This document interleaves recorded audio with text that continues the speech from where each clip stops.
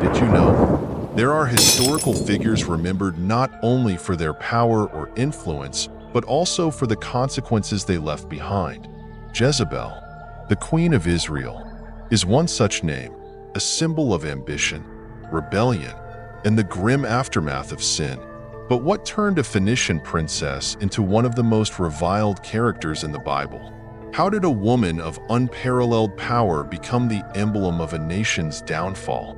From worshipping Baal, a false god of fertility and nature's might, to orchestrating the ruthless murder of Naboth to seize his vineyard, Jezebel relentlessly wielded her authority to achieve her goals. Yet, what led her, once standing at the pinnacle of power, to meet a death so humiliating that even dogs consumed her remains? Was it merely punishment for her sins, or a divine reminder of God's justice and faith? Jezebel's story is not just a historical tragedy, but a timeless lesson, raising profound questions for reflection. Where does true power lie? And how can one avoid losing their way in the face of its temptations? Today, let's delve into the tale of this infamous queen together. Don't forget to subscribe to the channel. Leave a comment to share your thoughts. And if you find this valuable, share it with your friends.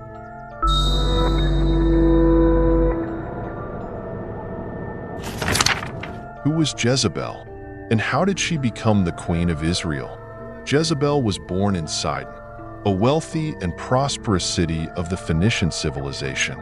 She was the daughter of King Ethbal, a high priest of Baal, before ascending to the throne. From a young age, Jezebel was immersed in the culture and religion of Baal worship, a deity of rain and fertility, revered as the source of life for the land and its crops. This was not merely a belief system. It was the cornerstone of Phoenician national identity. In this environment, Jezebel not only learned to worship, but internalized the conviction that Baal's power rivaled any other force in the world. Jezebel's life took a pivotal turn when King Ahab of Israel sought a strong political alliance to bolster his kingdom's standing. Ruling over the northern kingdom of Israel, Ahab saw a marriage with Sidon as a means to secure peace, foster trade, and ensure prosperity. Jezebel's marriage to Ahab, orchestrated by her father, was more than the union of two individuals. It was a merging of two cultures, a merger that quickly evolved into a conflict. As queen, Jezebel was far from a passive consort. She brought with her an unwavering devotion to Baal and an ambition to transform Israel into a land where Baal was worshipped as fervently as in her native Sidon. Unlike other queens who often avoided involvement in governance, Jezebel took an active role in shaping the kingdom's religious, political, and social spheres. She spearheaded the construction of a temple for Baal in Samaria, invited hundreds of Baal prophets to her court, and aggressively suppressed anyone who opposed her beliefs. These bold but perilous actions made her the target of intense resentment among the faithful followers of Yahweh. Jezebel's determination extended beyond religious reforms. Her political acumen was equally formidable. She did not hesitate to wield her influence over Ahab, transforming him into a mere instrument of her will. Stories from that time describe Ahab, despite being king, as manipulated by Jezebel, leading many to refer to her as the true ruler of Israel. This dynamic created deep divisions among the people. Some gravitated toward Baal's power, while others sought to protect their allegiance to Yahweh. However, Jezebel's unchecked ambition sowed the seeds of her downfall. By introducing foreign worship and diluting Israel's identity, she not only destabilized the kingdom internally, but also ignited an unprecedented era of religious conflict. Yet, was Jezebel merely a power-hungry despot? Or did she genuinely believe she was bringing something better to Israel? This question lingers as her story endures, not only as a historical lesson, but as a cautionary tale about the collision between faith and power. Through systematic plans and terrifying persistence, Jezebel introduced Baal, the supreme deity of Phoenicia, into Israel and established a widespread foundation of worship, shaking the nation's traditional faith in the Lord. Baal, the god Jezebel worshipped, was more than a mythical figure. He symbolized the forces of nature in Canaanite and Phoenician culture. Baal was regarded as the god of rain, thunder, and fertility, elements crucial to the survival of an ancient agrarian society. It was believed that Baal controlled the harvest, bringing prosperity to the land and its people, often depicted as a figure wielding a lightning bolt atop a mountain. Baal was the epitome of strength and supreme authority.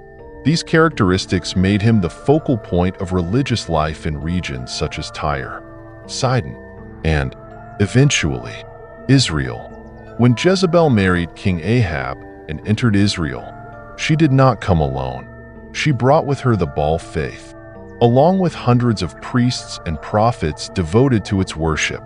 The introduction of Baal worship was not a random or organic process, but a carefully crafted and deliberate strategy by Jezebel. To establish Baal's presence in Israel, Jezebel implemented a comprehensive plan. First, she convinced King Ahab to construct a grand temple for Baal in Samaria, the political and cultural center of Israel. The temple was accompanied by an altar for sacrifices and elaborate ceremonies designed to introduce Baal to the people. This act was not just a religious gesture, but a bold political statement. Baal was no longer merely the god of Sidon, but is now a formal part of Israel's religious system. Jezebel also used her royal influence to sponsor hundreds of Baal's prophets and priests. According to biblical accounts, Jezebel personally sustained over 450 prophets of Baal and 400 prophets of Asherah, a goddess associated with Baal, within her royal court. She not only provided them with food and resources, but also employed them as agents of her new faith, conducting rituals and persuading the population to convert to Baal worship. For those who resisted or opposed her efforts, Jezebel showed no hesitation in using violence. She orchestrated purges against the prophets of the Lord, forcing many to go into hiding out of fear for their lives. As recorded in 1 Kings 16 verses 31 to 33, Ahab not only permitted but actively encouraged the worship of Baal, a betrayal of God that Israel's prophets denounced as a profound act of rebellion. Jezebel went beyond constructing physical places of worship. She ensured Baal's religion had a robust leadership by recruiting and supporting hundreds of priests and prophets. These leaders did not simply perform ceremonies, but also acted as evangelists, spreading Baal's doctrines throughout all levels of Israelite society. Baal worship, however, was not confined to religious rituals alone. It included morally depraved practices. These fertility rites, often indulgent and debauched, attracted some Israelites but deeply eroded traditional moral values. Jezebel promoted such ceremonies openly, encouraging widespread participation to increase her influence. For her, Baal worship was not just a spiritual matter but a political tool to consolidate power and control the population. Under Jezebel's reign, Baal worship reached its zenith in Israel. But this religious imposition was not without resistance. Prophets of the Lord, such as Elijah, warned of the spiritual downfall of the people and foretold divine judgment. Nevertheless, Baal's pervasive presence served as a stark reminder of the misuse of power and the consequences of placing personal ambition above faith and morality. Jezebel succeeded in introducing Baal to Israel, but the price of this success was the downfall of an entire dynasty. One of Jezebel's most infamous crimes was orchestrating the murder of Naboth, an innocent farmer, to seize his vineyard. Naboth, devout follower of God, owned a vineyard in Jezreel. This vineyard was more than just a family inheritance. It symbolized the sacred bond between the Israelites and the land God had given them. When King Ahab sought to buy the vineyard to turn it into his private garden, Naboth firmly refused. asserting that his covenant with God forbade him from selling his ancestral heritage. Frustrated by Naboth's refusal, Jezebel devised a deceitful plan without hesitation. She orchestrated false accusations, using two fraudulent witnesses to accuse Naboth of blaspheming God and the king. As a result, Naboth was unjustly executed, and Ahab took possession of his vineyard. This act was not merely a case of murder, it was a blatant abuse of power, a gross violation of the law, and a defiance of the compassion and justice that God demanded. In addition to this crime, Jezebel was primarily responsible for the systematic persecution of the prophets of Yahweh. She organized large-scale hunts and massacres, forcing the surviving prophets to hide in caves. This was not just an effort to eliminate opposition, but a deliberate attempt to break the covenant between Israel and God, undermining the nation's spiritual foundation. These actions reveal a portrait of Jezebel as a ruthless, authoritarian figure willing to disregard all moral principles to achieve her goals. She valued power and ambition above all else, showing no hesitation in sacrificing innocent lives. Yet it was Jezebel's arrogance and insatiable greed that ultimately led to her divine judgment. The prophet Elijah foretold her grim fate, declaring that dogs would devour her body outside the city.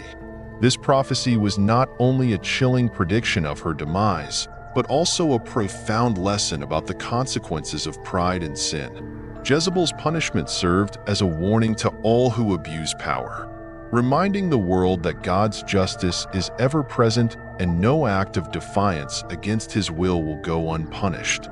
In the Bible, the story of Naboth's vineyard stands as one of the clearest examples of the abuse of power and its consequences. Naboth, a devout follower of God, owned a vineyard in Jezreel. This vineyard was not merely a family inheritance. It symbolized the sacred relationship between the Israelites and the land that God had given them. When King Ahab sought to buy the vineyard to turn it into a personal garden, Naboth resolutely refused, affirming that his covenant with God prohibited him from selling his ancestral heritage. Ahab's anger and frustration over the refusal left him despondent, but it was Jezebel who transformed his disappointment into a brutal scheme. With arrogance and utter disregard for morality, Jezebel used royal authority to seize the vineyard. She forged letters in the king's name, decreeing a day of fasting and summoning Naboth to trial. During the assembly, Jezebel arranged for two false witnesses to accuse Naboth of blaspheming God and the king, an accusation that carried the gravest penalty. Naboth was convicted and publicly executed by stoning, a punishment designed to humiliate and destroy the victim's honor. Following Naboth's death, Jezebel coldly informed Ahab, "Get up and take possession of Naboth's vineyard. He is no longer alive." However, this greed and sin did not escape the eyes of God. As Ahab entered the vineyard, the prophet Elijah confronted him with a stern message from the Lord. Elijah not only exposed the crime but also declared divine judgment. "In the place where dogs licked Naboth's blood, dogs will lick your blood as well." Ahab. For Jezebel, Elijah proclaimed an even harsher fate. She would be thrown from the palace, and her body would be devoured by dogs in the field, leaving no part of her to be buried with honor. This prophecy was a clear warning about the consequences of greed, injustice, and the abuse of power. Naboth's vineyard was more than a piece of property. It held deep symbolic meaning. It represented justice, faithfulness to God, and resistance to corrupt ambition. Jezebel's actions turned this sacred inheritance into a testament to sin, undermining both the legal and moral fabric of Israel. The vineyard, once a symbol of prosperity, became a stark reminder of the devastating consequences of greed and unchecked power. The story of Naboth's vineyard is a timeless lesson. It warns that abused power harms not only its victims, but also leads to the downfall of those who wield it. The parable of the vineyard the importance of integrity, justice, and loyalty to God.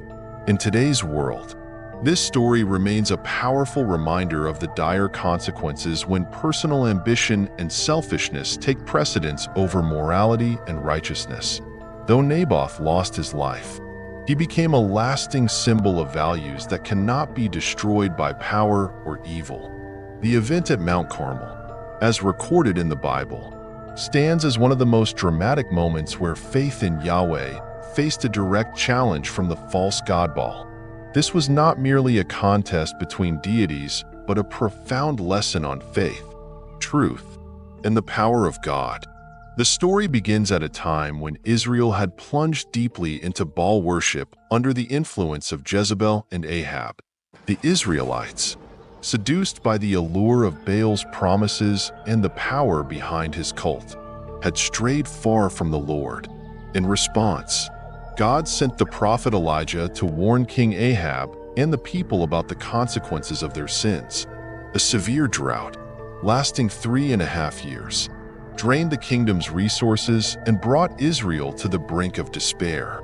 During this time, God, through Elijah, issued a bold challenge, a public showdown on Mount Carmel between the God of Israel and Baal. The gathering on Mount Carmel was monumental. At Elijah's summons, 450 prophets of Baal, along with the people of Israel, assembled on the mountain. Standing alone as the prophet of the Lord, Elijah faced an overwhelming force representing Baal. He proposed a simple test.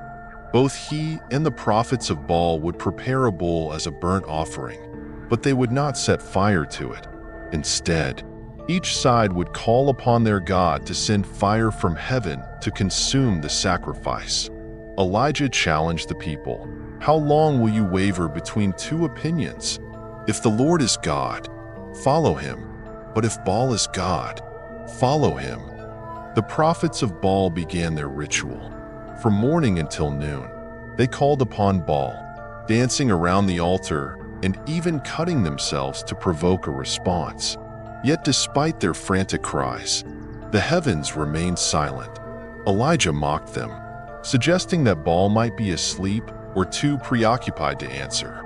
The continued silence of Baal only deepened the doubts of the Israelites.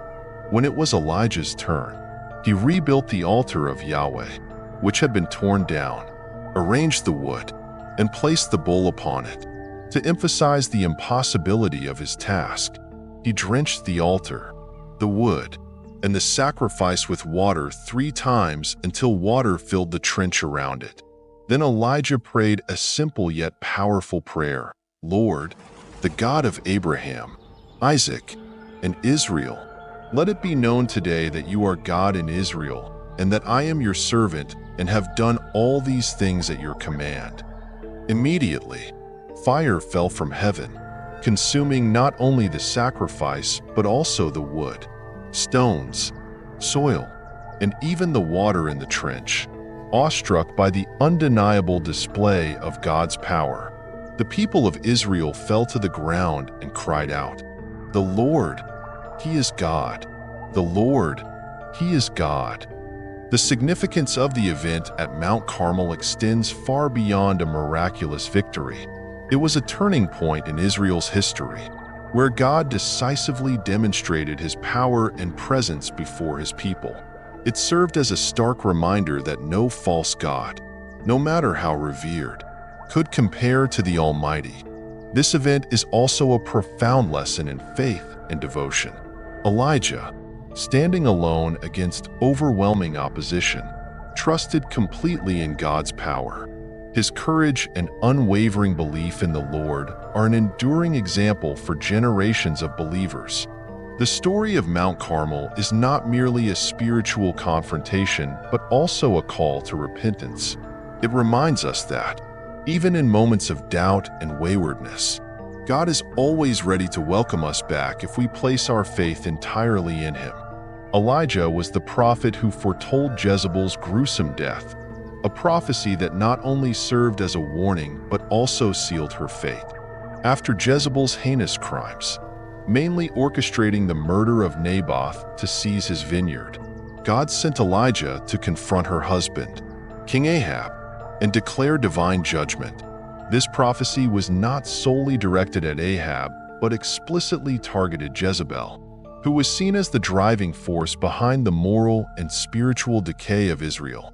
According to 1 Kings 21 verse 23, Elijah proclaimed, "And also concerning Jezebel the Lord says, dogs will devour Jezebel by the wall of Jezreel." This vivid and weighty prophecy foretold that Jezebel would die a humiliating death, her body left unburied and devoured by dogs as a final act of disgrace. The prophecy was delivered immediately after Elijah confronted Ahab in Naboth's vineyard, a place that had become a symbol of the greed and sin perpetrated by both Ahab and Jezebel. This prophecy carried not only a prediction of Jezebel's personal fate, but also profound symbolic significance. It underscored the inevitability of justice and the destruction of corrupt power, reinforcing that no act of impiety escapes God's judgment. Elijah's description of Jezebel's death served as a warning to her and a reminder to the people of Israel that God's righteousness is inescapable. Jezebel, who wielded her power to spread violence, corruption, and oppression, would face the ultimate retribution from the Lord. As foretold, Jezebel met a disgraceful end in Jezreel. She was thrown from a palace window by her own attendants, trampled by horses, and her body was devoured by dogs, leaving only her skull, hands, and feet. The precise fulfillment of Elijah's prophecy was a testament to God's power and the importance of repentance in the face of wrongdoing. Elijah was not merely a bearer of divine warnings, but a voice of justice, affirming that no one, no matter how powerful, can escape God's judgment. Elijah's prophecy not only highlighted God's authority in delivering justice, but also left an enduring message. No one, regardless of their position, can evade the consequences of corruption and the abuse of power. Jezebel sowed the wind and reaped the whirlwind, a fate the Bible uses as a cautionary tale for all who dare to defy God's laws. God's judgment upon Jezebel cannot be recounted without mentioning Jehu's pivotal figure. Jehu, a military commander under Ahab's reign, was chosen by God to execute judgment on Ahab's house and Jezebel. His story in the Bible is marked by decisive and forceful actions, emphasizing his role as an instrument of divine justice to overthrow a dynasty steeped in sin and defiance against the Lord. Jehu's rise came at a time when Ahab's household had accumulated countless sins, from the worship of Baal to Jezebel's persecution of prophets and the murder of Naboth to seize his vineyard. These atrocities provoked God's wrath, and the prophet Elisha, Elijah's successor, was instructed by God to anoint Jehu as king of Israel.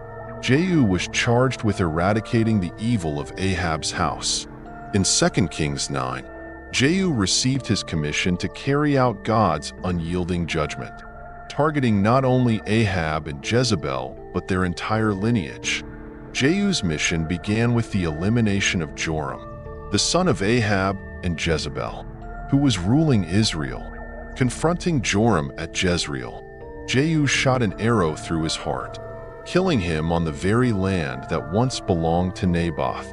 Jehu then ordered Joram's body to be thrown onto Naboth's property as a grim reminder of the sin that had triggered God's judgment. As prophesied, Joram's death marked the beginning of the complete downfall of Ahab's house.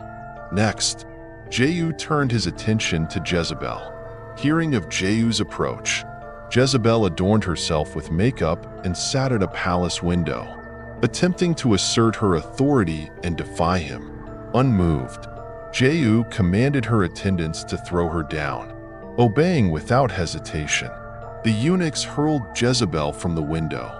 Her body was trampled under Jehu's horse and devoured by dogs, leaving only her skull, hands, and feet, just as Elijah had prophesied. This horrific end symbolized the ultimate humiliation and the consequences of her wickedness. Jehu did not stop there. To complete his mission, He exterminated the entire lineage of Ahab, ensuring that no heir survived to claim the throne. The massacre at Jezreel wiped out Ahab's family and dismantled the systems of Baal worship that had plagued Israel. Jehu orchestrated a false ceremony to gather Baal's priests and worshippers, only to execute them all in one decisive act, eradicating the pagan cult from Israel. The bloodshed at Jezreel and the destruction of Ahab and Jezebel's house were not merely acts of violence, but a powerful demonstration of divine judgment. Jehu is portrayed as God's chosen instrument, not for his perfection, but for his unwavering commitment to fulfilling God's will. However, Jehu's story also carries a sobering caution. Despite being selected to execute justice, Jehu later faced criticism for failing to follow the Lord's ways fully. This serves as a reminder that even those entrusted with power must wield it with reverence and fidelity to God. Jehu's mission highlights the unyielding justice of God, demonstrating that no sin escapes his judgment. Yet, it also underscores the importance of humility and devotion, showing that the ultimate measure of leadership is not only the fulfillment of a divine calling, but also the continued obedience to God's commandments. Jezebel's death marked the climax of divine judgment, fulfilling Elijah's prophecy with remarkable precision. When Jehu entered Jezreel after eliminating King Joram and King Ahaziah, Jezebel, aware that escape was impossible, faced her fate with defiance. She adorned herself, arranged her hair, and stood at the palace window, not to plead for mercy but to mock Jehu. With scorn, she addressed him as Zimri, referencing a rebel who had assassinated a king but ruled for only 7 days. An attempt to undermine Jehu's legitimacy. Jehu, unfazed by her taunts, looked up and commanded Jezebel's eunuchs, who were observing the scene, to throw her down. Without hesitation, they obeyed, and Jezebel was hurled from the window.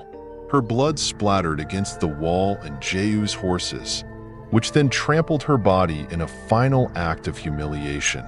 In a moment of unexpected mercy, Jehu ordered that Jezebel be buried, recognizing her as a king's daughter. However, when his servants returned to carry out the burial, they found only her skull, hands, and feet. The rest of her body had been devoured by dogs. This chilling scene fulfilled Elijah's prophecy completely. Dogs will devour Jezebel by the wall of Jezreel. 1 Kings 21 verse 23. Her disgraceful death symbolized divine punishment not only for her wicked deeds, but also for her arrogance and defiance of God's authority. Jezebel's death carries profound significance. It was not merely the fulfillment of Elijah's prophecy, but a powerful symbol of the total destruction of a dynasty steeped in sin and rebellion against God. When Elijah first pronounced Jezebel's fate, his words seemed distant, but at Jezreel, they became a reality in stunning detail. Her humiliating end vividly demonstrated God's power and absolute justice, serving as a stark warning to all generations that no one can escape his judgment. Jezebel, once a proud queen who led Israel into idolatry and sin, met her demise in shame, becoming a sobering testament to the inevitable consequences of evil and rebellion. Jezebel's story, from her rise to power to her disgraceful death, is not only a tragic episode in biblical history, but also a profound symbol of rebellion against God and the inevitable consequences of sin. Jezebel embodies pride, abuse of power, and the ability to lead others astray. Her actions offer valuable lessons about morality, responsibility, and reverence for the authority of God. First, Jezebel represents defiance against God. She not only rejected the worship of Yahweh, but actively sought to replace him with Baal, a false god of fertility and natural power. Under her influence, Israel was plunged into a moral and religious downfall, where sacred values were overshadowed by depraved and idolatrous practices. Jezebel's rebellion illustrates that sin is not confined to the individual. It has a ripple effect, corrupting communities and societies. Her story serves as a reminder that turning away from God and leading others astray is not only a personal offense, but one with profound and far-reaching consequences for an entire nation. Moreover, Jezebel's story is a stark warning about the dangers of abusing power. She wielded her authority not to uphold justice or care for her people, but to advance her own interests, suppress dissent, and eliminate anyone in her way. Her orchestration of Naboth's murder to seize his vineyard is the clearest example of her extreme abuse of power. By manipulating the law, defaming Naboth with false accusations, and turning social structures into tools of oppression, Jezebel epitomized the corrupting influence of unchecked ambition. The Bible emphasizes through her actions that power misused for selfish ends leads to destruction, not only for its victims but ultimately for the abuser as well. The consequences Jezebel faced stand as a powerful testament to God's justice. Though Jezebel once ruled with an air of invincibility, she could not escape God's judgment. Her humiliating death and the downfall of Ahab's house serve as a warning that all power, no matter how great, is subject to divine authority and judgment. No rebellion or sin can remain hidden from God's sight. Jezebel's story also underscores the importance of personal responsibility. Every individual has the potential to influence others, and our choices affect not only ourselves but those around us. Jezebel used her influence to propagate sin and defiance against God, leading to irrevocable consequences.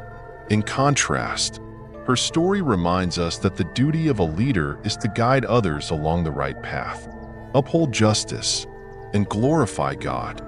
From Jezebel's life, we learn that rebellion and sin never lead to a good outcome.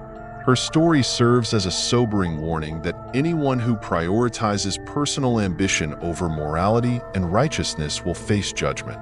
It is also a call to live in reverence for God, to resist sin, and to use our influence to promote justice, love, and faithfulness to Him.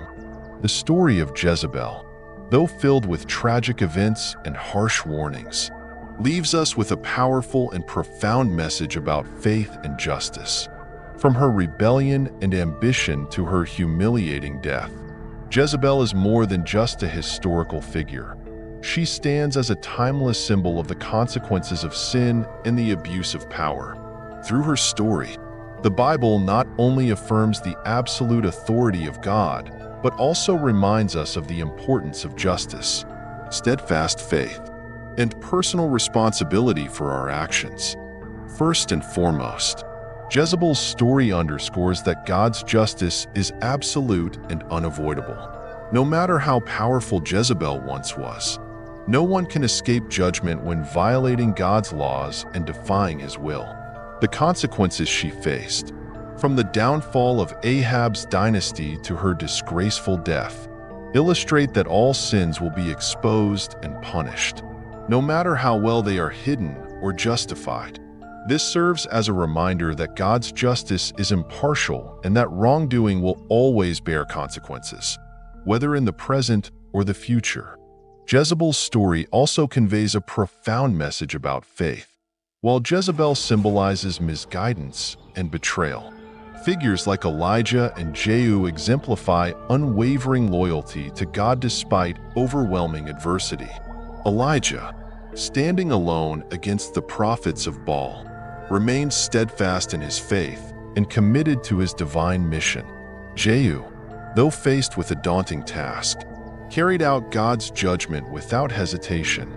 Their examples remind us that faith is not defined by ease or comfort, but by courage and perseverance in the face of challenges. Lastly, Jezebel's story serves as a cautionary tale about the power of personal responsibility and one's influence on the community.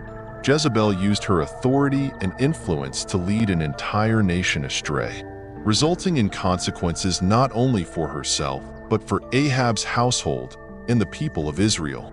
Conversely, we are called to live responsibly, using our power and influence to uphold justice, foster love, and remain faithful to God. The ultimate message of Jezebel's story is a call for every generation to self-reflect. How are we using our power, talents, and influence? Do we remain firm in our faith when faced with trials and temptations? Are we living according to the justice and righteousness that God has instructed? Jezebel's story is a painful yet necessary lesson, reminding us that God is always present and that every decision we make, big or small, holds eternal significance before Him. Thank you for watching the video. I hope Jezebel's story has provided you with valuable lessons for your own life. Don't forget to subscribe to the channel to stay updated on the meaningful stories we share. See you in the next video, and may God be with you. Please subscribe to our channel to enjoy more captivating Bible stories from us.